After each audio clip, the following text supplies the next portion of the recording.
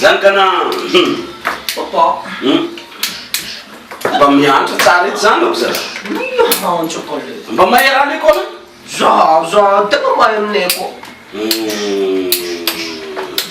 Izy koa mba mitaniny maîtresse raha mba mavaly edy? Papa. Ohatra ino?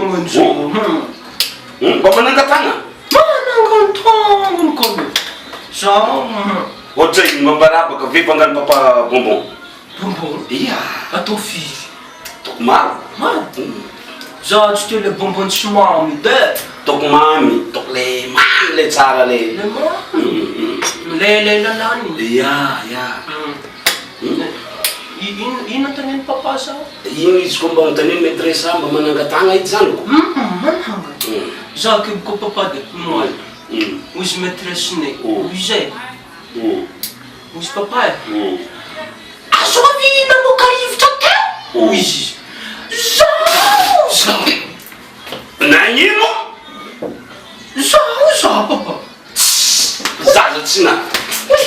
Izay raha mba idiridiranao? Ka zaho mamoly fantanina anazy papa. Zaho Tsy veriko zay ela. Tsy nanjary. Mamoka